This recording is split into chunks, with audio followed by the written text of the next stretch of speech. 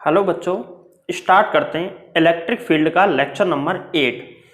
और आज के वीडियो लेक्चर में हम पिछले वाले वीडियो लेक्चर में जो टॉपिक पढ़ा था लास्ट में, उसको थोड़ा सा हम आगे बढ़ाते हैं पहले तो, और उसके कुछ न्यूमेरिकल बताने के बाद हम फिर और टाइप के सवाल पढ़ेंगे। चलो देखो, सबसे पहले तो देखो क्वेश्चन लेते हैं। क्वेश्चन ये है, जैसे वॉच होती है, घड़ी, यहां पर चार्ज कुछ ऐसे ऐसे रखे हुए हैं। देखो यहां पे 12 कूलम, इसके बाद में यहां पे 3 कूलम, यहां पे 6 कूलम और यहां पे 9 कूलम। इसके साथ ही यहां पर रखा हुआ है 2 कूलम, 1 कूलम, और यहां पर है 2 कूलम, इसके बाद में 4 कूलम और यहाँ पर 5 कूलम, 7 कूलम, 8 कूलम, यहाँ पर 10 कूलम और 11 कूलम चार्ज यहाँ पर रखे हुए हैं।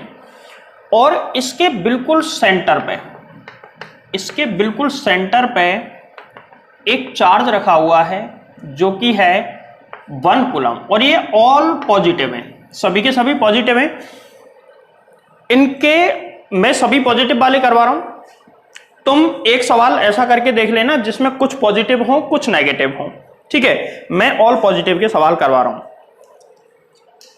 तो देखो, अब पूछ रहा है कि net force, find the net force at +1 coulomb charge जो कि सेंटर पर रखा हुआ है, केंद्र पर, यहां पर। इस पर नेट फोर्स निकालना है। सुनो कैसे निकालेंगे। अब तक जितना हमने पढ़ा है उसके हिसाब से बहुत छोटी छोटी जो चीजें हैं ना, वो हमने बता दी है तुमको, जिसमें से सीधा ट्रिक बता देता हूं मैं इसकी तुमको, वहीं से निकाल के। तो सबसे पहले ऐसा मान लेते हैं कि इसकी जो रेडियस है ना, इसकी जो त्रिज्या है वो है स्मॉल ए। सभी चार्ज सेम डिस्टेंस पर हैं, ठीक है। इसकी अगर रेडियस स्मॉल ए है तो सभी के सभी चार्ज सेम डिस्टेंस पर हैं। अब सुनो, सबसे पहले तो मैं इन दोनों के बीच का, देखो 12 कूलम 6 कूलम, तो 6 कूलम वाला आवेश है, ये इस पर बल लगाएगा ऊपर की तरफ, ये इस पर फोर्स लगाएगा ऊपर की तरफ ऐसे, और 12 कूलम वाला इस पर फोर्स लगाएगा नीचे की तरफ, नीचे की तरफ लगाएगा। अगर मैं देखूं कि ऊपर की तरफ फोर्स कितना होगा और नीचे की तरफ कितना होगा, भाई ऊपर की तरफ तो कम होगा और नीचे की तरफ ज्यादा होगा, और आधा अंतर है इसमें, मतलब 2 गुना अंतर है। कैसे? 12 कूलम 6 कूलम से 2 गुना फोर्स लगाएगा, क्योंकि फॉर्मूला क्या होता है। अच्छा, मैं पहले तो 12 कूलम की वजह से फोर्स निकाल लेता हूं। तो F बराबर कितना, 12 कूलम की वजह से K, Q1 एक है ही यहां पे, Q2 कितना है 12 बटे में A स्क्वायर, इतना फोर्स लगाया, मतलब 12K बटे A स्क्वायर। अब हम निकालते हैं कि 6 कूलम कितना लगाएगा। तो 6 कूलम कितना लगाएगा, यहां पे K और यहां पे 1 इंटू 6 अपॉन में A स्क्वायर, मतलब 6K अपॉन में A स्क्वायर। अब एक चीज ध्यान से समझना कि 12 कूलम लगा रहा है नीचे की तरफ और 6 कूलम लगा रहा है ऊपर की तरफ।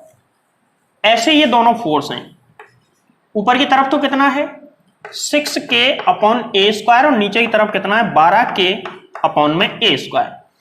इन दोनों का परिणामी नीचे की तरफ आएगा, और कितना आएगा 12K A square minus 6K A square बराबर 6K A स्क्वायर। ये कितना आया है, 12 में से 6 घटाओ, 6 बचा, और सबके बीच का गैप यही होता है। देखो 12 में से 6 घटा लो, चाहे 9 में से 3 घटा लो तो भी 6 ही आएगा। जिसके सामने जो है उसको घटाएंगे तो 6 ही आएगा हमेशा, ऐसा होता है क्लॉक का, ठीक है। जैसे देखो ये दोनों आमने सामने हैं, 1 और 7 घटा लो 6 आएगा, ये दोनों भी आमने सामने हैं 6 आएगा, और ये दोनों भी आमने सामने हैं, 10 में से 4 गया तो 6, और ये भी आमने सामने हैं, अगर 11 में से 5 माइनस करोगे तो 6 ही बचेगा। तो प्रत्येक फोर्स सेम आएगा।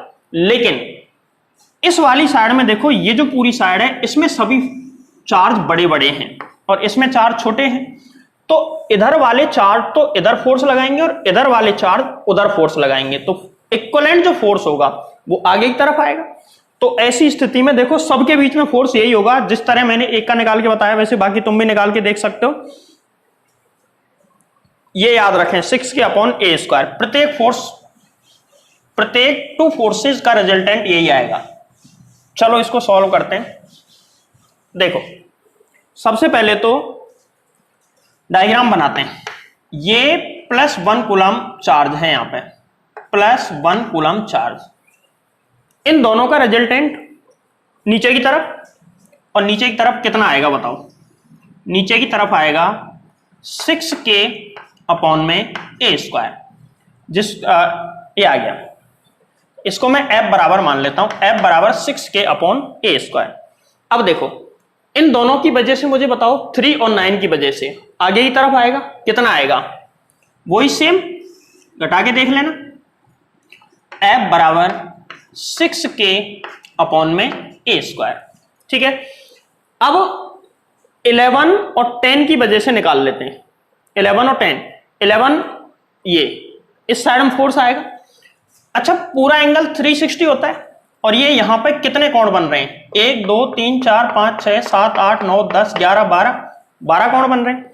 अगर मैं 360 में 12 का भाग लगाऊं तो 30 डिग्री आएगा। प्रत्येक कोण 30 डिग्री का होगा, मतलब अगर ये कोण मैं निकालूं तो प्रत्येक कोण यहां पे 30 डिग्री का मुझे प्राप्त होगा, प्रत्येक कोण। तो अगर 11 और 5 का परिणामी रिजल्टेंट निकालें, 11 और 5 का, तो वो यहां से 30 डिग्री कोण पे आएगा और ये भी 30 डिग्री होगा। तो इन दोनों का जो परिणामी है वो 60 डिग्री पे हो जाएगा। तो यहां से अब जो मैं रिजल्टेंट निकाल रहा हूं ये है कौन कौन से का? ये जो मैंने अभी बनाया ये है 11 और 5 कूलम का, और ये भी F ही आएगा। कितने डिग्री पे? 30 डिग्री पे। इसके बाद में रिजल्टेंट निकालते हैं 10 और 4 का, तो ये 30 और 30 60 पे आएगा, ये यहां पे आएगा वही सेम F, और ये वाला कोण 30 है। मैं 60 क्यों बोल रहा हूं? क्योंकि इस कोण यहां से 30 और 30 60 हो जाता है। अब देखो इन सब के रिजल्टेंट आ गए, पूरा 90 है, तो ये वाला भी कितना हो जाएगा? 30 डिग्री। तो मैंने इसका और इसके सामने वाले का, और इसका इसके सामने वाले का, और इसका और इसके सामने वाले का रिजल्टेंट निकाल लिया, साथ साथ में इसका भी रिजल्टेंट हमने निकाल लिया। अब ये दोनों बचे, तो देखो इसके सामने 2 है, इसके सामने 1 है, दोनों में से 6 ही बचेगा। तो 7 कूलम की वजह से जो रिजल्टेंट फोर्स आएगा वो इधर आएगा, इधर, और 8 कूलम की वजह से जो रिजल्टेंट फोर्स आएगा वो इधर आएगा। ये 30 डिग्री पे होगा, तो ये आ जाएगा 30 डिग्री पर। यहां से F कितने डिग्री पर? 30 डिग्री पर। फिर यहां पे F कितने डिग्री पे? 30 डिग्री पर। ये टोटल फोर्स निकल के आए 6। ये 6 फोर्स लग रहे हैं। अब हमको इनका रिजल्टेंट निकालना है। तो रिजल्टेंट निकालना वैसे मैंने तुमको सिखा दिया है, फिर भी अगर किसी को डाउट है तो मैं बता देता हूं। यहां पे किस किस के घटक करोगे? F F F F, इन चारों के घटक करेंगे, इन 2 के घटक नहीं होंगे क्योंकि ये ऑलरेडी दोनों अक्षों पर हैं, X और Y पर। तो सबसे पहले इन दोनों पहले इसका घटक करो। इसका घटक करेंगे तो यहां पे कितना आएगा? इन दोनों घटक ऊपर भी जाएंगे, तो ऊपर में डॉटेड लाइन बना देता हूं। इसका घटक यहां पे कितना आएगा? F cos 30, ठीक है। इसका घटक यहां पे F cos 30, और ऊपर कितना आएगा? F sin 30। अब इसका घटक करो, तो इसका घटक करेंगे नीचे की साइड में। देखो यहां से 60 डिग्री पर है, 60 डिग्री है, तो प्लस F cos 60, और ऊपर इसका घटक आएगा प्लस F sin 60। F का मान कितना है? ये रहा 6k/a²। इसका घटक करो, 30 डिग्री यहां पर है, तो प्लस F cos 30, और इसका घटक इधर प्लस F cos 60, और इन दोनों घटक इधर कर दो तो plus F sin 30 plus F sin 60 degree. यह आया। अब देखो जिनके घटक हो चुके वो तो खत्म हो गए। यहां पे बल बचे ऊपर की तरफ तो ये वाला, और नीचे की तरफ ये वाला, और आगे की तरफ केवल ये इसको इन चारों को जोड़ने के बाद जो आएगा 5 है टोटल, ठीक है। तो यहां पे इसका नेक्स्ट डायग्राम बना रहा हूं। नेक्स्ट डायग्राम कुछ हम ऐसा बना सकते हैं, देखो ऊपर क्या है, F sine 30 plus F sine 60। इसको मैं ऐसे लिख सकता हूं क्या, F into sine 30 plus sign 60 degree. और नीचे क्या है, इन तीनों को जोड़ने पर क्या आएगा, ये एफ है तो एफ कॉमन ले लिया, 1 प्लस साइन 30 प्लस साइन 60। और आगे की तरफ कितना आएगा, एफ सब में से कॉमन ले लो तो 1 plus 2 cos 30 plus 2 sine 2 cos 60, यह आएगा 2। क्यों, क्योंकि एक और एक 2, एक और एक 2, यह आ गया। अब इतना आने के बाद इसको आगे में चलो सॉल्व करके बता ही देता हूं। एक क्वेश्चन है तो ये वाला जो डायग्राम है इसको उतार लो एक बार, अगर उतारना चाहो तो। मिटा रहा हूं मैं, ठीक है। देखो इसका रिजल्टेंट निकालते हैं, तो इसका रिजल्टेंट कैसे आएगा देखो समझो। सबसे पहले तो जो अपोजिट होते हैं उनका रिजल्टेंट निकाल लो, इन दोनों का रिजल्टेंट। तो इनमें से ज्यादा कौन होगा, सीधी सी बात है, नीचे वाला ज्यादा होगा, 3 फोर्स हैं, ऊपर वाले को नीचे ले जा घटा दो। तो इस साइड में तो ऑलरेडी फोर्स कितना है, F into 1 plus 2 cos 30। cos 30 का मान कितना होता है, √3/2, और 2 का गुणा करेंगे तो √3 आ जाएगा, √3 प्लस 2 cos 60। cos 60 का मान 1/2, 2 से 2 कट जाएगा तो यहां पे क्या आ जाएगा 1। और नीचे की तरफ कितना आ जाएगा, f 1 प्लस साइन 30 का मान 1/2 प्लस √3/2। अब अगर तुम चाहो तो इसको ऐसे सॉल्व कर सकते हो, ये तो कितना हो गया 2, f तो है यहां पे 2 प्लस √3, और नीचे की तरफ कितना आ जाएगा, ये 3/2 हो गया, ये 2, तो f इंटू 3/2 प्लस 2 एलसीएम ले लो, क्या आ जाएगा 3 प्लस √3/2, ये आ जाएगा। अब ये तो काम करेगा P के जैसे और ये काम करेगा Q के जैसे, और इनके बीच का कोण कितना है, थीटा बराबर 90 डिग्री। हमको रिजल्टेंट निकालना है, तो रिजल्टेंट F बराबर √ में P² plus Q²। F equivalent बराबर P की वैल्यू कितनी है, इसका होल स्क्वायर।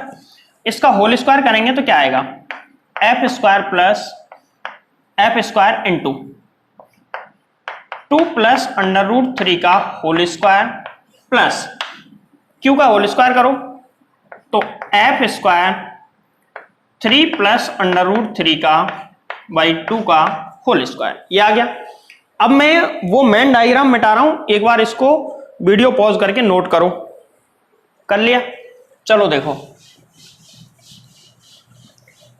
अब इसका आगे कैसे सॉल्व करना है।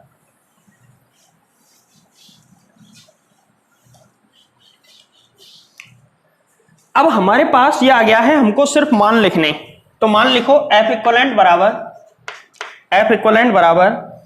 देखो, अगर मैं यहां से F² कॉमन लेके बाहर ले सकता हूं, F आ जाएगा, F और अंडर के अंदर 2 प्लस √3 का होल स्क्वायर प्लस 3 प्लस √3 का /2 का होल स्क्वायर, और F इक्वलेंट बराबर F की वैल्यू कितनी थी 6k/a²।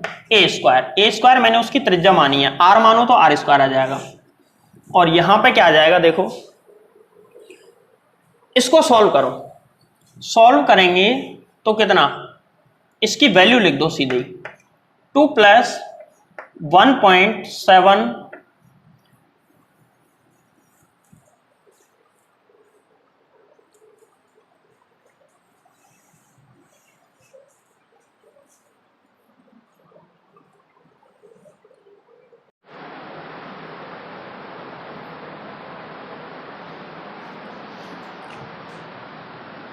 अब हम इसको चाहें तो यहीं पे छोड़ सकते हैं और चाहें तो आगे सॉल्व कर सकते हो कैलकुलेशन करके।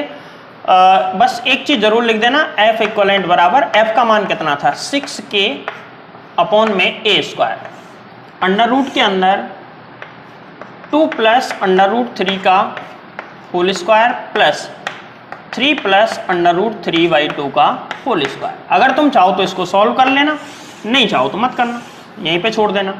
तो ये इसका आंसर है। जल्दी से इस सवाल को नोट करें, फिर इसको मिटा के चलते हैं अगले टाइप की तरफ। देखो, मैंने जो फर्स्ट टाइप के सवाल करवाए थे उनमें से एक क्वेश्चन मैंने ऐसा करवाया था, लेकिन एक क्वेश्चन और है जो राजस्थान बोर्ड की बुक में दिया हुआ है। इस क्वेश्चन को भी मैं सॉल्व करवा देता हूँ, कई बच्चों का इसमें डाउट था। तो देखो ये सवाल कैसे होगा। इसमें ऑल चार्जेस आर पॉजिटिव, सभी चार्ज पॉजिटिव हैं, और यहाँ पर मूल बिंदु x बराबर 0, ओरिजिन पर 1 कूलम चार्ज रखा हुआ है पॉजिटिव, और बाकी सभी जगह पर 4 4 4 4 माइक्रो कूलम के चार्ज हैं। डिस्टेंस कितनी है? ये x बराबर 1 पर है, x बराबर 2 पर, x बराबर 4 पर और x बराबर 8 पर ये 4 माइक्रो कूलम रखा हुआ है, और इसी तरीके से अनंत तक वो रखे हुए हैं। अब हमसे पूछ रहा है कि इस ओरिजिन पे जो चार्ज रखा है इस पर नेट फोर्स निकालो। देखो, ये बताने की तो जरूरत है ही नहीं कि सभी के बीच में प्रतिकर्षण होगा, तो इस पर सब के सब इधर फोर्स लगाएंगे, सब के सब इधर लगाएंगे। ये F1 लगाएगा, ये F2 लगाएगा, ये F3, वो F4। तो F1 F2 F3 F4 सबकी डायरेक्शन इधर ही होगी, मतलब सब जुड़ेंगे। कहने का मतलब ये एक ही डायरेक्शन में, तो सब ऐड हो जाएंगे सीधे सीधे। चलो देखो, और सभी की सभी नेगेटिव डायरेक्शन में, इसलिए माइनस का चिन्ह हम यूज करेंगे। तो देखो, माइनस का साइन यूज करते हुए इस क्वेश्चन को सॉल्व करते हैं। सबसे पहले इन दोनों के बीच में जो फोर्स है F1, F इक्वलेंट यहां पे कितना होगा? F इक्वलेंट बराबर होगा minus F1 minus F2 minus F3 और माइनस F4। माइनस क्यों ले रहे हैं? क्योंकि नेगेटिव डायरेक्शन में, इसलिए। और माइनस डैश डैश डैश, इसी तरीके से हमको आगे तक जाना है, अनंत तक। तो F इक्वलेंट, पहले देखो F1 इन दोनों के बीच का फोर्स है, दोनों के बीच की डिस्टेंस 1 मीटर है। ये सभी की सभी मीटर में ध्यान रखना, बीच की डिस्टेंस कितनी है? 1 मीटर। तो इसको सॉल्व करो। माइनस पहले तो बाहर ले लो, माइनस बाहर ले लिया तो ऑल पॉजिटिव हो जाएंगे अंदर। F1 की वैल्यू लिखते हैं, तो K, Q1 का मान कितना है? Q1 तो फिक्स है, कितना? 1 कूलम। 1 इंटू ये कितना है? 4 माइक्रो कूलम, तो 4 इंटू 10 की घात -6, और इसके बटे में कितना? 1 का स्क्वायर, प्लस F2 लिखते हैं K, Q1 का मान 1 इंटू 4 इंटू 10 घात -6। ये सब में कॉमन आएगा, बटे में डिस्टेंस इन दोनों के बीच में F2 लगेगा। तो डिस्टेंस बताओ, 2 में से 0 घटा लो, 2 का होल स्क्वायर, प्लस अगले में क्या आने वाला है? ऊपर तो सेम ही आएगा, नीचे क्या आ जाएगा? 4 का स्क्वायर, प्लस अगले वाले में ऊपर सेम और नीचे क्या? 8 का स्क्वायर। बोलो समझ में आ रही है बात? प्लस अनंत तक ये सीरीज जाएगी। अब देखो, F इक्वलेंट बराबर, सबसे पहले जो कॉमन है उसको बाहर ले लो। तो यहां पे कॉमन क्या है? माइनस K इंटू 4 इंटू 10 की पावर -6। ये तो ऑल कॉमन आ रहा है सब में से। यहां पे 1/1 plus 1/4 plus 1/16 plus 1/64 plus dash dash dash. अब याद करो, हमने 11th क्लास में पढ़ते हैं हम सीरीज, जिसमें AP, GP और HP 3 आती हैं। तो ये GP है क्या? देखना, मतलब एक फिक्स नंबर का मल्टीप्लाई होता हुआ जा रहा है इसमें। कैसे? अगर मैं इसमें 1/4 का गुणा करता जाऊं, मतलब पहली संख्या ये है, इसमें 1/4 से इंटू कर दूं तो अगली आ जाएगी, अगली संख्या में 1/4 से इंटू कर दूं तो अगली आ जाएगी, और फिर इसमें 1/4 से इंटू कर दूं तो उससे अगली। तो ये GP है, अर्थात इसको हिंदी में कहेंगे गुणोत्तर श्रेणी। और गुणोत्तर श्रेणी अगर ये है तो गुणोत्तर श्रेणी का कंसेप्ट लगा दो, यहां पे सॉल्व हो जाएगा। देखो, इसको मैं इक्वेशन नंबर 1 डाल देता हूं। यहां 1 plus 1/4 plus 1/16 plus 1/64 plus dash dash गुणोत्तर श्रेणी है, गुणोत्तर श्रेणी है। और गुणोत्तर श्रेणी को बोलते हैं हम GP। गुणोत्तर श्रेणी है जिसके लिए प्रथम पद A बराबर 1 और सार्व अनुपात R बराबर, कैसे निकालते हैं? किसी भी पद में पिछले वाले पद का भाग लगा दो, जबकि AP में घटाते हैं। भाग लगा दो तो 1/4। अब यहां पे एक चीज देखो, r की जो वैल्यू है ना वो है लेस देन 1, और लेस देन 1 जब भी आती है तो अनंत पदों का योग हम इस तरीके से निकालेंगे, अनंत पदों का योग। अनंत पदों के योग निकालने का सीधा सा फॉर्मूला है Sn बराबर, देखो अनंत पदों के योग का फॉर्मूला क्या लगाएंगे, a अपॉन में 1 माइनस r। ए की वैल्यू कितनी है 1 अपॉन में 1 माइनस r की वैल्यू कितनी 1/4। फाइनली क्या आया 1 बटे, इसको घटाएंगे तो 3/4, 4 ऊपर पहुंच जाएगा 3 नीचे, तो 4/3 आ गया। यहाँ मतलब यहां से लेके यहां तक अनंत पदों का योग कितना आ गया 4/3, और 4/3 का इसमें गुणा कर दो तो F इक्वलेंट बराबर कितना -4k इंटू 10 की पावर -6 और इंटू 4/3 का गुणा कर दिया तो F इक्वलेंट बराबर कितना आ गया, पहले तो देखो 4 चौक 16 हो गया, -16 इंटू 10 की power -6 divide by 3 into 9 into 10 की पावर 9। के की वैल्यू भी हमने लिख दी, इसको सॉल्व कर लो आंसर आ जाएगा। देखो क्या आया,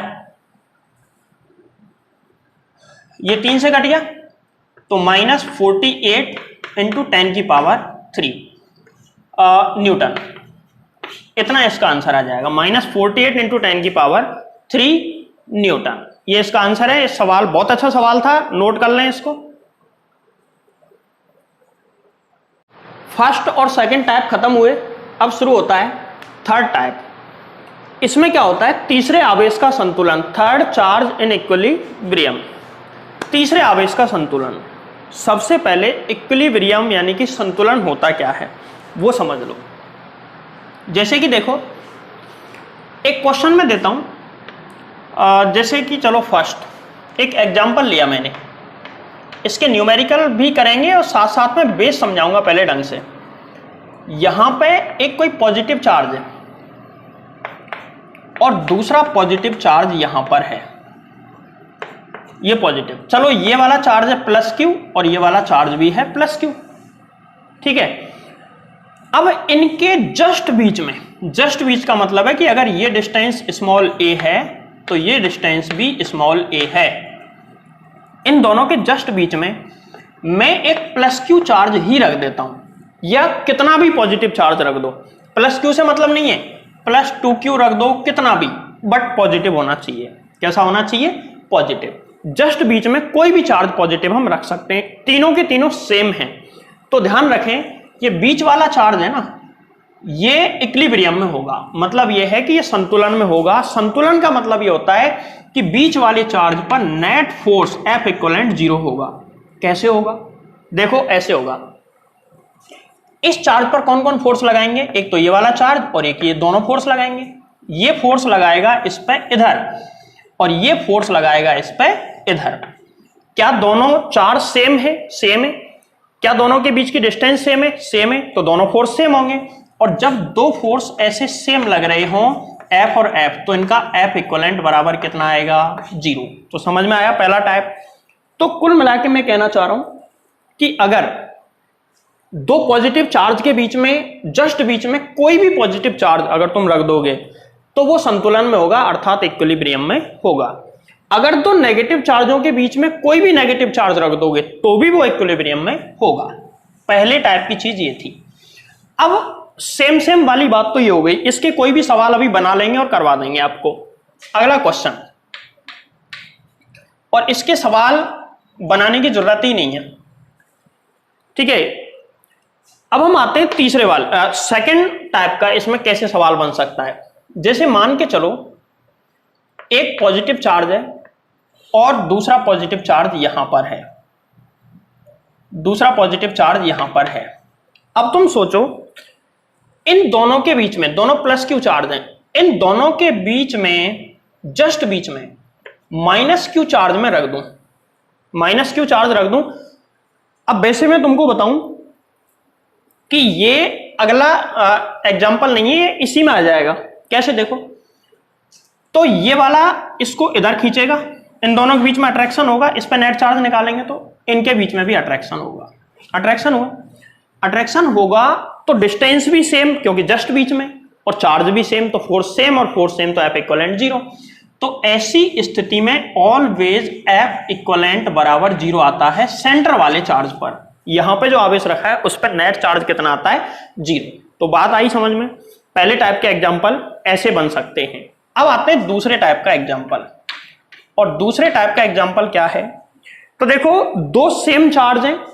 अगर दो सेम चार्ज हैं और उनके जस्ट सेंटर पर, जस्ट बीच में कोई भी चार्ज तुम रख दो, चाहे वो पॉजिटिव हो चाहे नेगेटिव हो, तो वो संतुलन में होगा। F इक्वलेंट हमेशा क्या आएगा? 0।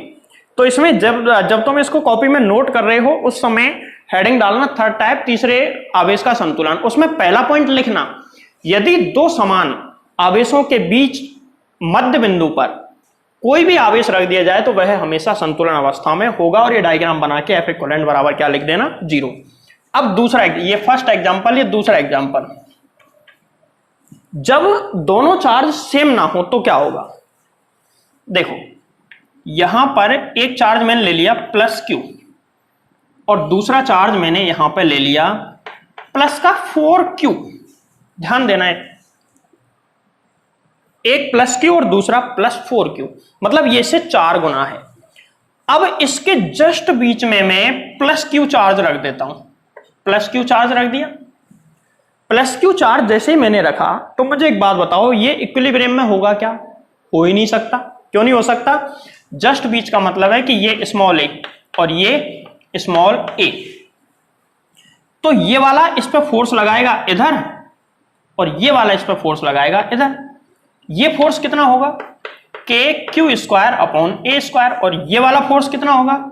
4KQ² क्या ये बराबर है? नहीं है। ये जो चार्ज है ना, ये इधर भग जाएगा भाई साहब। कैसे भग जाएगा? ये ज्यादा फोर्स है, इसको दूर भगा देगा। अच्छा, यहां पे तो नहीं हो सकता, तो कहीं तो ऐसा पॉइंट होता होगा जहां पे हो सकता होगा। तो उसके लिए समझो कहां हो सकता है। तो अभी मैंने तुमको यह बताया कि इक्विलिब्रियम में क्यों नहीं है। अब कहां होगा वो हम समझ लेते हैं। देखो, एक छोटी सी चीज तुमको बताऊं कि डिस्टेंस को अगर बढ़ाएंगे तो फोर्स कम होगा और डिस्टेंस कम करेंगे तो फोर्स बढ़ेगा। ये +Q था और ये था +4Q। ठीक है, अगर मैं इसको यहां पर रख दूं कोई चार्ज, कोई पॉजिटिव चार्ज, कोई चार्ज नहीं, कोई पॉजिटिव चार्ज मैं यहां पर रख देता हूं। +Q चार्ज मैंने यहां पर रख दिया। अब सोचो, ये वाली डिस्टेंस ज्यादा है R और ये वाली डिस्टेंस है A कम है, तो इनके बीच में फोर्स ज्यादा और इनके बीच में डिस्टेंस ज्यादा होने की वजह से फोर्स कम हो जाएगा। तो अब की बार हो सकता है इससे डिस्टेंस बढ़ने की वजह से इसका जो इस पर फोर्स लग रहा था, इसका जो फोर्स था वो घट जाएगा, इसका फोर्स बढ़ जाएगा। तो एक यहां पर दो हैं, ये फोर्स पहले ज्यादा था, बाद ये कम था, अब ये घटता जाएगा और ये बढ़ता जाएगा। तो एक कंडीशन में दोनों इक्वल हो जाएंगे, और जहां ये इक्वल हो जाएंगे, जिस पोजीशन पे इक्वल हो जाएंगे उसी पोजीशन पर ध्यान रखो F इक्वलेंट 0 आ जाएगा, मतलब संतुलन अवस्था हमको प्राप्त हो जाएगी। तो आई बात समझ में। अब चलते हैं हम तीसरे टाइप का इक्विलिब्रियम। तीसरे टाइप का इक्विलिब्रियम कैसे हो सकता है वो सुनो। तीसरे टाइप की संतुलन अवस्था क्या हो सकती है? जैसे मान के चलो यहां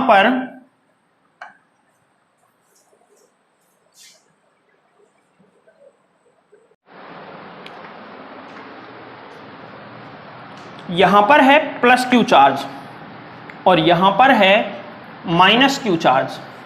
ठीक है, इन दोनों के सेंटर पे,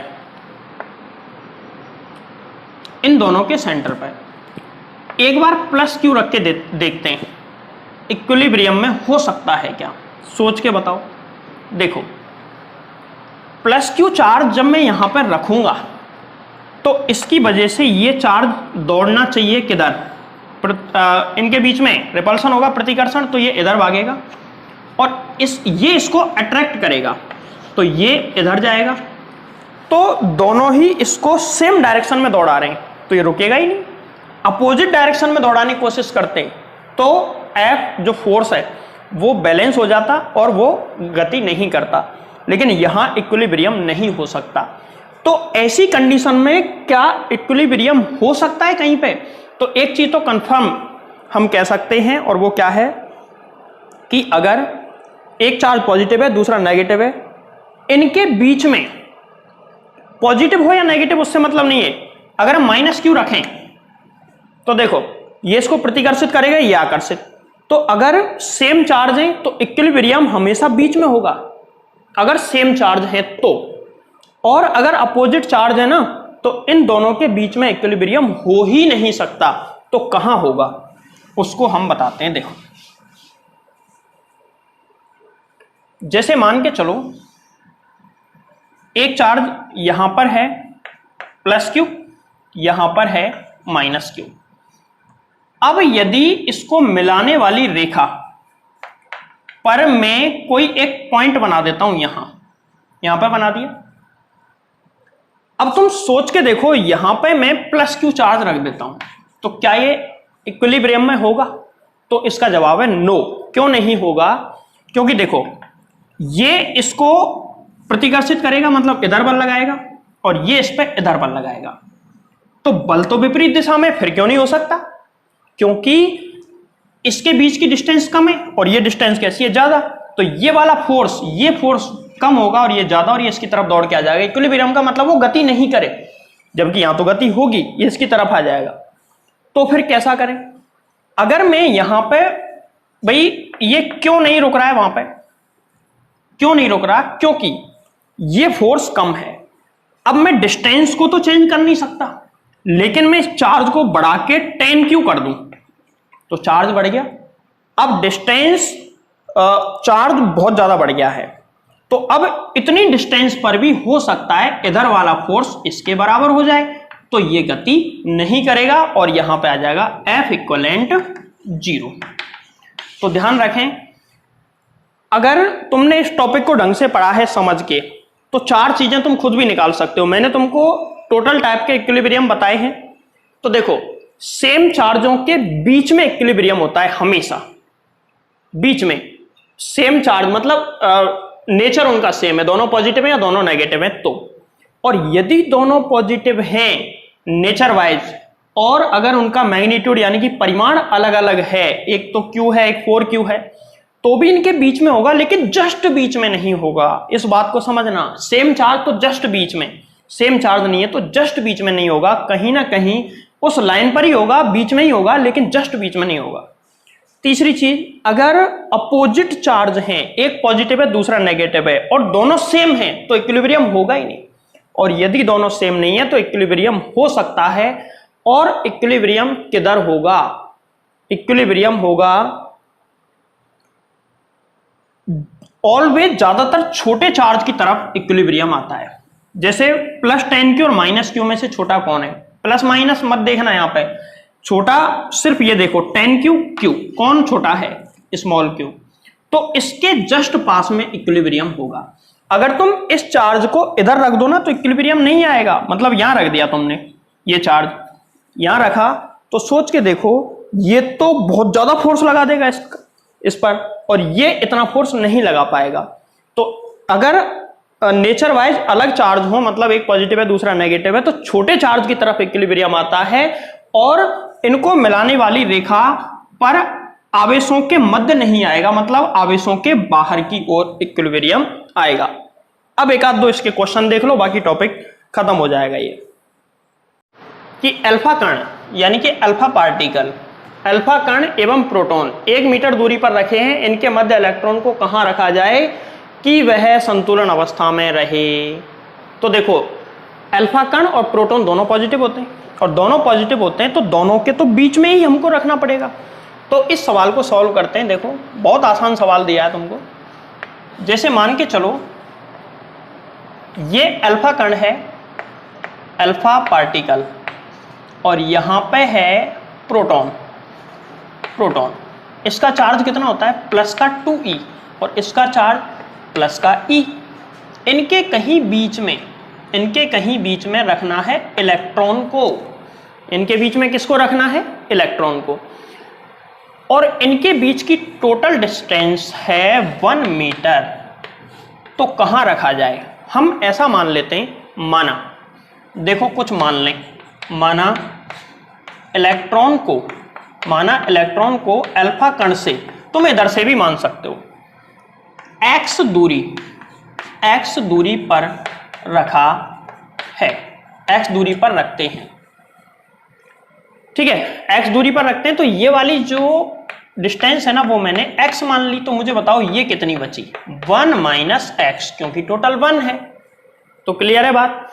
अब सुनो, हमने बीच में क्यों रखा, क्योंकि देखो ये पॉजिटिव चार्ज और हमेशा इक्विलिब्रियम पॉजिटिव चार्ज हो तो दोनों के बीच में होता है, दोनों सेम चार्ज हैं, मतलब दोनों पॉजिटिव है दोनों नेगेटिव है, तो उनके बीच में इक्विलिब्रियम हमेशा आएगा, ये हम जानते हैं पहले से। अब हम क्या करेंगे, ये 1 मीटर को चाहे तो मिटा दो, कोई जरूरत पड़ेगी नहीं। इक्विलिब्रियम में है तो इस पर नेट फोर्स क्या आना चाहिए, बोलो 0। तो ये इस पर किधर फोर्स लगाएगा, इधर, और ये इस पर फोर्स लगाएगा इधर लगेगा F1, इधर लगेगा F2, और दोनों फोर्स इक्वल होने चाहिए। तो देखो यहां इलेक्ट्रॉन पर नेट फोर्स, नेट बल या परिणामी बल लिख सकते हैं, कितना आएगा, F इक्वलेंट बराबर F1 माइनस F2, दोनों अपोजिट डायरेक्शन में है, F1 F2। अब देखो यहां संतुलन अवस्था ये कहती है कि F इक्वलेंट बराबर 0, और F इक्वलेंट 0 मतलब F1 बराबर F2, और F1 बराबर F2 होगा तो F1 का मान कितना, F1 का मान कितना, ये कैसे आया भाई, यहां पे 0 लिख दिया, ये माइनस वाला इधर आ गया, तो F1 बराबर F2। इन दोनों के बीच में पहले फोर्स निकालते हैं, जिसको कि हमने F1 नाम दिया है।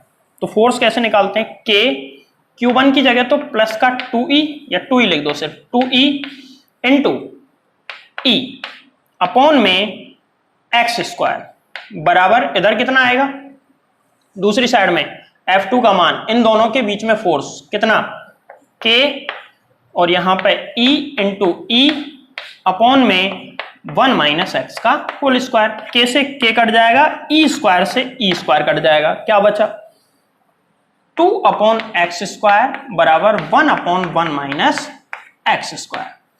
अब यहां से आगे अगर सॉल्व कर लो तो मैं फालतू की मेहनत नहीं करूं, वीडियो लंबा हो रहा है, चलो मैं कर देता हूं थोड़ी सी, तुमसे होगा नहीं, फिर बाद में समस्याएं पूछते होगी साहब हमसे, ये भी नहीं हुआ, ये भी नहीं हुआ।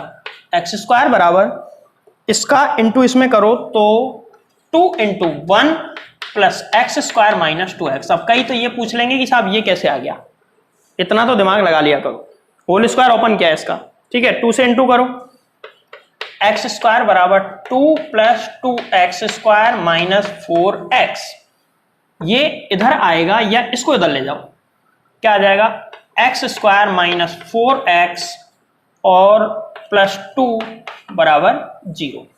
भाई उधर जाके माइनस हुआ, एक कम हो गया, तो x square minus 4x plus 2 बराबर 0, द्विघात समीकरण आ गया।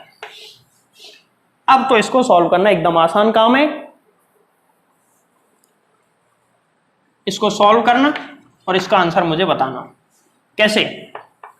x बराबर plus minus B, sorry minus B plus minus under root, देखो इसके फैक्टर यानी कि घटक तो होंगे नहीं, तो सीधा ही उससे करना पड़ेगा द्विचार्ज, minus B plus minus B square minus 4ac upon में 2a। इसमें a बराबर तो कितना है 1, b बराबर कितना है -4 और c बराबर कितना है प्लस का 2। इन तीनों को सॉल्व करो और x का मान मुझे निकाल के बताओ कितना आया। ठीक है, ये सवाल था। अब दूसरे टाइप का सवाल कर लेते हैं। अगला क्वेश्चन पढ़ें, इलेक्ट्रॉन एवं अल्फा कण 1 मीटर दूर, अब की बार इलेक्ट्रॉन और अल्फा कण रखे हैं, मतलब एक नेगेटिव है दूसरा पॉजिटिव है, 1 मीटर दूरी पर है। इनको मिलाने वाली रेखा पर प्रोटॉन को कहां रखें कि वह संतुलन अवस्था में रहे। प्रोटॉन को रखना है, तो देखो हमें पता है यह सवाल कैसे होने वाला है। अभी मैंने इक्विलिब्रियम तुमको समझाया था, यहां पे ले लिया मैंने जैसे कि क्या लिया है, एक तो है अल्फा कण, यहां पे ले लिया मैंने अल्फा कण और यहां पे ले लिया इलेक्ट्रॉन। अब देखो इसका चार्ज होता है प्लस का 2e और इसका चार्ज होता है माइनस का e। तो सीधी सी बात है, इक्विलिब्रियम हमेशा छोटे चार्ज की तरफ आता है। ये तुमको पता हो तो बहुत अच्छी बात है, नहीं पता हो तो कहीं भी मान लो, पर इनके बीच में नहीं आएगा। इधर मान लो उधर मान लो, वो तो आंसर के हिसाब से बाद में करेक्शन कर सकते हो। एक चार्ज है जो कि कितना है, प्रोटॉन है, मतलब प्लस ई चार्ज यहाँ पे रखना है, और इन दोनों के बीच की जो डिस्टेंस है ना वो है 1 मीटर, और हमसे पूछा गया है कि ये कहाँ पे रखना पड़ेगा। तो मैं मान लेता हूं, माना कि इलेक्ट्रॉन से x दूरी पर इसको रखा है, तो अल्फा कण से इसकी दूरी हो जाएगी 1 + x। बोलो हाँ या ना। हमने मान लिया, जैसे एक लाइन यहां पे लिख देते, माना प्रोटॉन इलेक्ट्रॉन से x दूरी पर रखा है, x दूरी पर रख दिया, इक्विलिब्रियम में है, तो इस पर नेट फोर्स 0 आएगा, मतलब एक फोर्स इधर लगेगा, एक फोर्स इधर लगेगा। तो कौन सा किधर है, देखो इसके कारण फोर्स तो बाहर की तरफ लगेगा, ये इसके कारण फोर्स है F1, और इसके कारण इलेक्ट्रॉन और इसके बीच में आकर्षण होगा, तो इधर लगेगा F2। संतुलन अवस्था का प्रतिबंध क्या कहता है, F1 बराबर F2 कहां से आया, पिछले वाले क्वेश्चन में देख लो कहां से आया, तभी इक्विलिब्रियम होगा।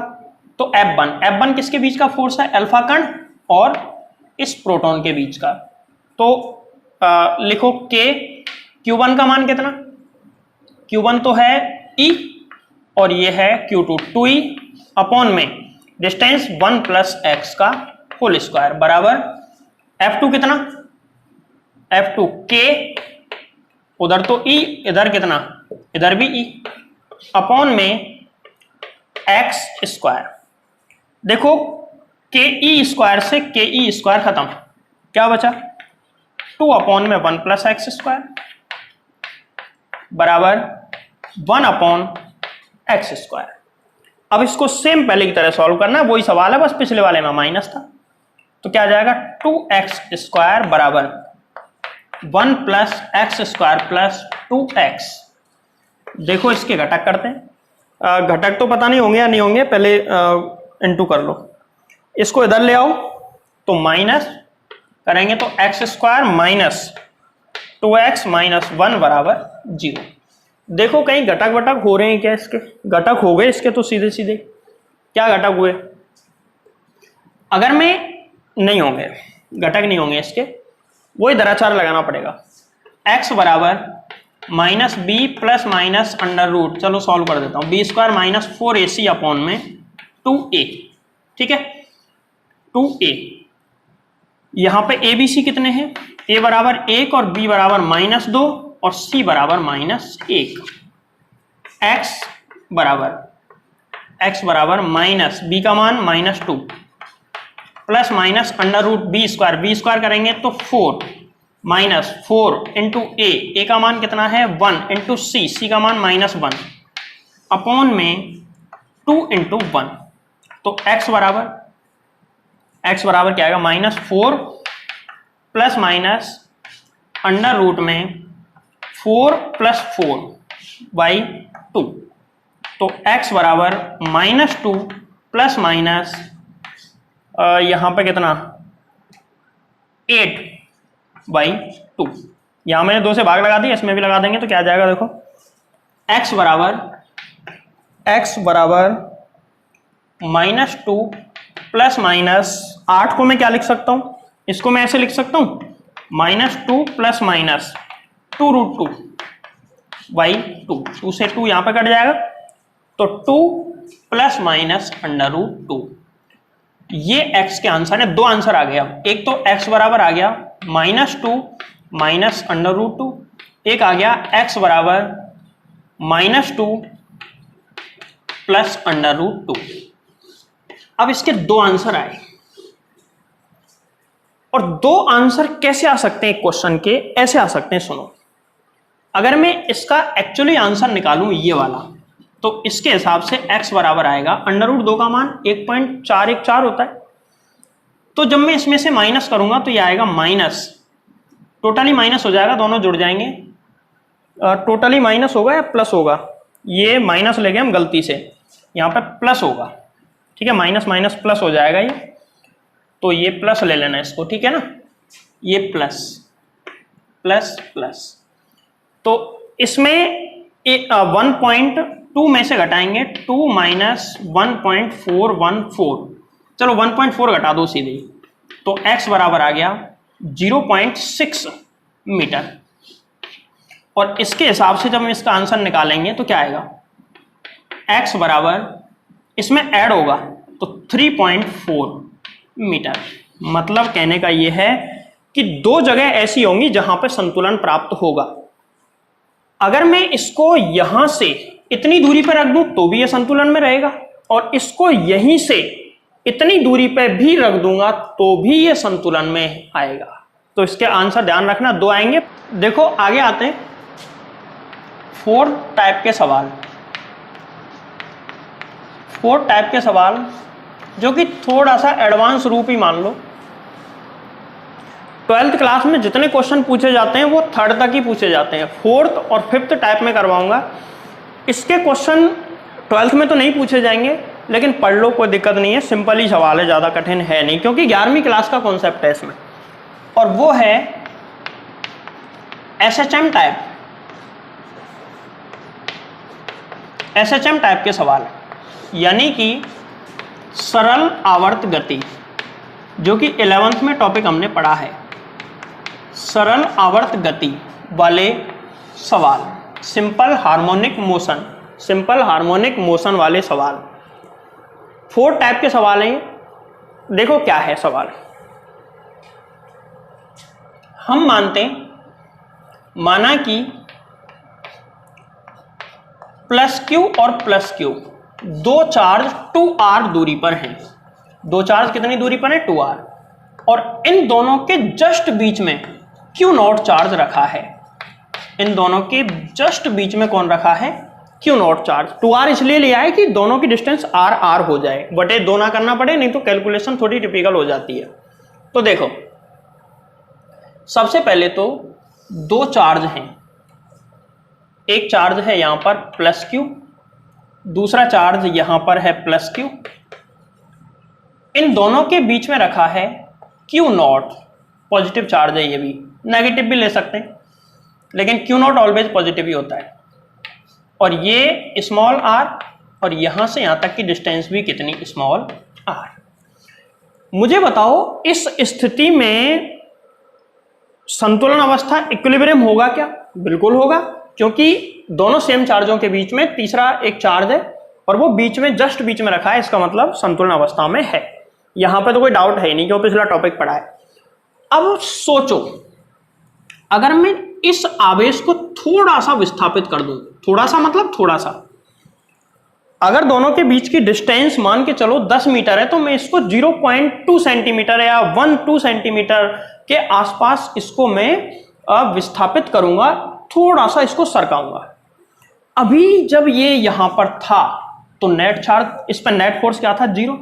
जैसे ही मैंने इसको थोड़ा सा इधर सरका के, जब मैंने इसको यहां तक मैं इसको ले आया, तो क्या इस पर नेट चार्ज 0 होगा? नहीं होगा। क्यों? क्योंकि ये वाला जो है ये डिस्टेंस कम हो गई। माना कि मैंने इसको x विस्थापित कर दिया, x विस्थापित कर दिया, मैं इसको x मान लेता हूं, ठीक है। तो अब ये डिस्टेंस कम हो गई, जब इस पोजीशन पे चार्ज आ गया तो ये डिस्टेंस कम हो गई और ये डिस्टेंस बढ़ गई, तो ये फोर्स घट जाएगा और ये बढ़ जाएगा। मतलब इस पे, इस वाले चार्ज पर नेट फोर्स इस साइड में लगेगा, क्योंकि ये फोर्स, इसके कारण फोर्स बढ़ जाएगा।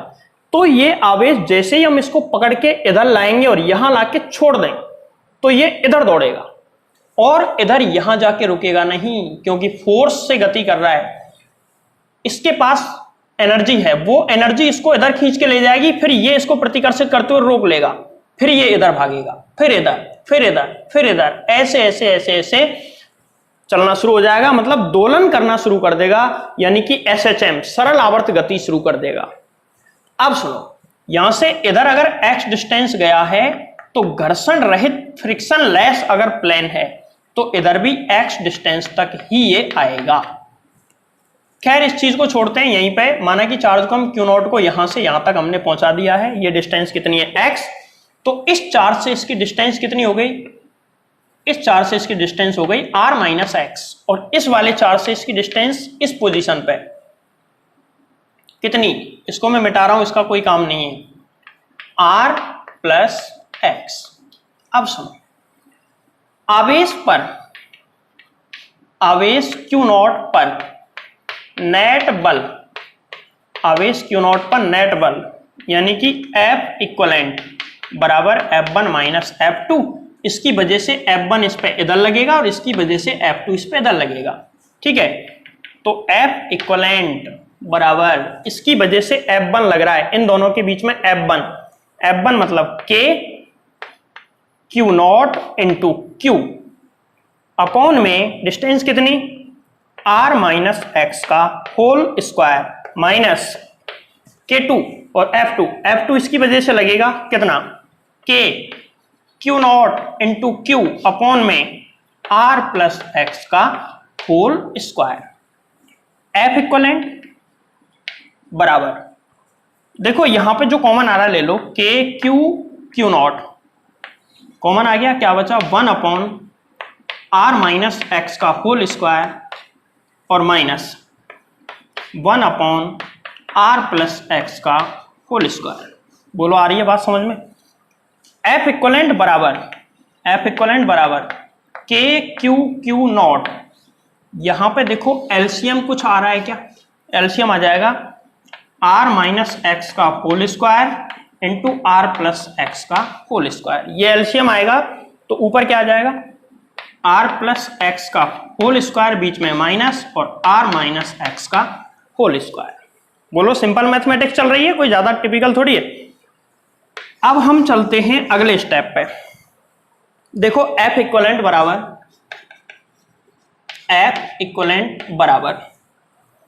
K क्यू नॉट बाहर चल रहा है, K क्यू नॉट। एलसीएम में नीचे की साइड में देखो, यहां पर ये है चलो पहले ऊपर का होल स्क्वायर खोल लो, तो R square plus x square plus 2XR, बोलो सही है, इसका होल स्क्वायर माइनस आगे वाले सब चिन्ह बदल जाएंगे, तो minus R square minus x square और प्लस 2XR, और इसके बटे में क्या आ जाएगा, इसके अपॉन में क्या आ जाएगा, अपॉन वाला समझना भाई, इसके अपॉन में यहां पे होल स्क्वायर के साथ साथ a माइनस बी और a प्लस बी है, तो R square minus x square हो जाएगा और का होल स्क्वायर, तो नीचे क्या आ जाएगा R square minus x square का होल स्क्वायर। F इक्वलेंट बराबर R square x square cut गए, क्या बचा K क्यू नॉट, यहां पे 4XR, 2 और 2 4 अपॉन में R square minus x square का होल स्क्वायर। कुछ आया समझ में? अब फिर से स्टार्टिंग वाले कंसेप्ट पे आते हैं। मैंने कहा था कि इसको थोड़ा सा विस्थापित करेंगे, मतलब यहां x का मान बहुत बहुत छोटा है R से, अतः R में से x घटा भी देंगे तो कोई फर्क उस पर नहीं पड़ेगा, कोई ज्यादा फर्क नहीं पड़ेगा। तो R square minus x square की जगह पे मैं लगभग बराबर तो नहीं होगा, खैर लगभग बराबर R स्क्वायर लिख सकता हूं, क्योंकि x बहुत ही ज्यादा छोटा है। F इक्वलेंट बराबर K Q not into 4XR upon में यहां पे क्या लिख सकता हूं R स्क्वायर का होल स्क्वायर, क्योंकि इसकी जगह पे तो R स्क्वायर आ गया, का होल स्क्वायर भी है। F इक्वलेंट बराबर K क्यू नॉट, चलो 4K क्यू नॉट यहां पे लिख देता हूं X अपॉन में R की पावर 3। सही बात है क्या? कैसे आया भाई, एक R से एक R कट गया, 4 गाते हैं, एक बची, वो सॉरी एक कट गई तो कितनी बची 3। कुल मिला के यहां एक चीज समझो, इस पे जब ये यहां होगा तो F इक्वलेंट इधर आएगा F इक्वलेंट, जबकि ये गति हम इसको आगे करा रहे हैं और F इक्वलेंट इधर आ रहा है। जब गति करे आगे की तरफ, x आगे की तरफ हो और गति बल लगे पीछे की तरफ, तो ऐसी स्थिति को ही तो SHM कहते हैं। याद करो 11th क्लास, F बराबर माइनस KX, तो यहां पे ये अपोजिट डायरेक्शन में, इसलिए x की जगह हम माइनस एक्स ले लेते हैं, तो F इक्वलेंट बराबर 4 के क्यू क्यू नॉट अपॉन में आर क्यूब और यहां माइनस एक्स, ये हमने ले लिया। ठीक है, ये एसएचएम कैसे है, कैसे सिद्ध हुआ, फिर से बता रहा हूं। देखो, आवेश जब यहां पे होगा, जब आवेश यहां पर है तो उस पर नेट फोर्स इधर लग रहा है और हम आवेश को इधर लेके जा रहे हैं, तो मतलब आवेश के चलने की दिशा इधर है और बल उधर है, मतलब बल और विस्थापन 180 डिग्री पर है। बल इधर लग रहा है, विस्थापन उधर लग रहा है, और 180 डिग्री पे होंगे तो ऐसी स्थिति को कहते हैं सिंपल हार्मोनिक मोशन, सरलावर्त गति। अब सरलावर्त गति का समीकरण क्या था, एसएचएम से। अब एसएचएम की इक्वेशन ये थी एफ बराबर या एफ इक्वलेंट बराबर माइनस के एक्स। अब देखो, ये वाला के तो अलग है और ये वाला के अलग है, तो यहां इसको मैं ऐसे भी तो लिख सकता हूं, बराबर के इंटू माइनस एक्स। तो इस इक्वेशन को और इस इक्वेशन को मैच करो, कंपेयर करो दोनों को जैसे ही तुम कंपेयर करोगे ना, तो मैं इधर से मिटाऊं थोड़ा सा, चलो मैं इधर से थोड़ा साफ कर रहा हूं, इसको लिख लो अगर वीडियो पॉज करके किसी ने लिखा है तो। चलो देखो,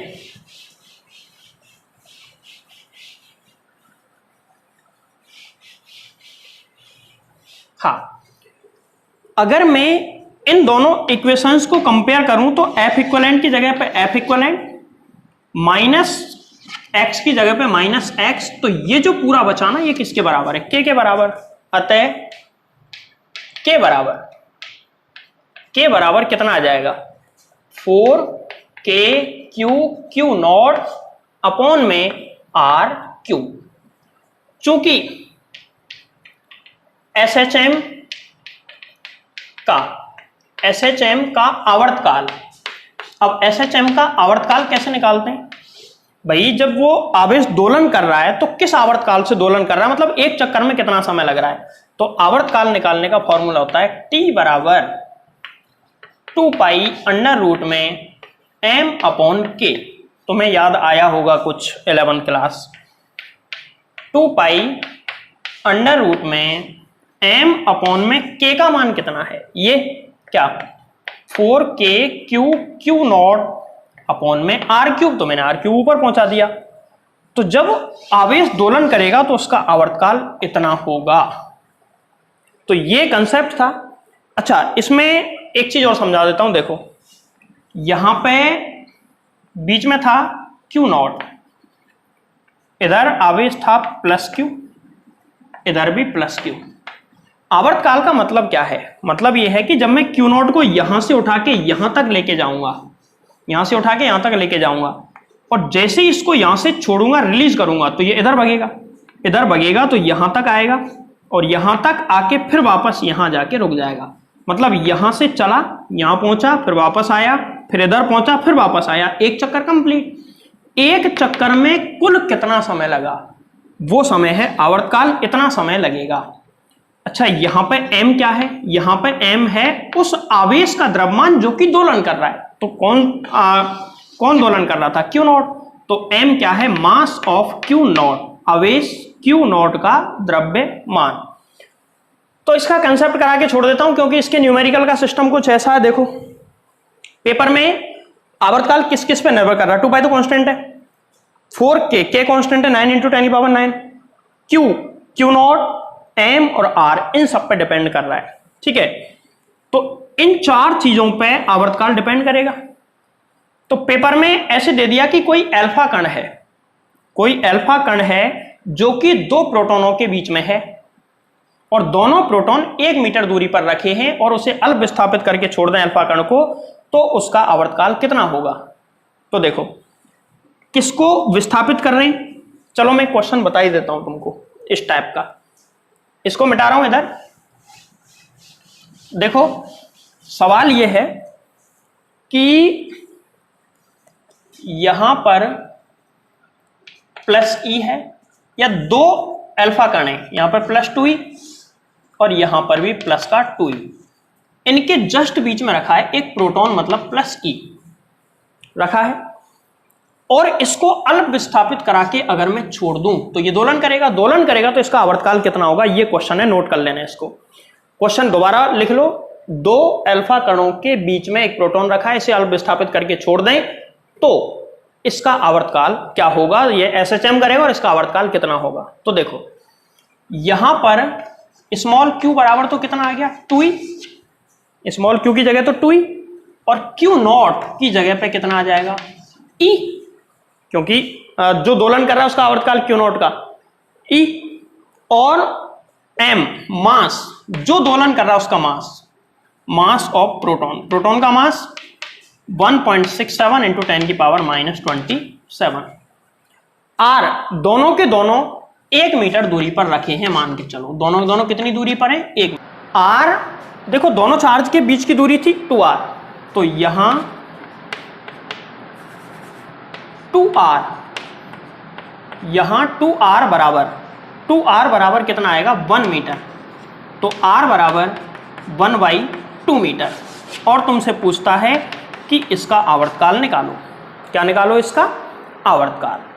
तो अब देखो फॉर्मूला तुम्हारे सामने ये वाला, इस फॉर्मूले में m का मान तुमको पता चली गया, r का मान तुमको पता चल गया 1/2, 4k k Q0 सब के मान तुमको बता दिए। इसका आंसर निकाल के मुझे कमेंट करके बताना कितना आंसर आता है इसका।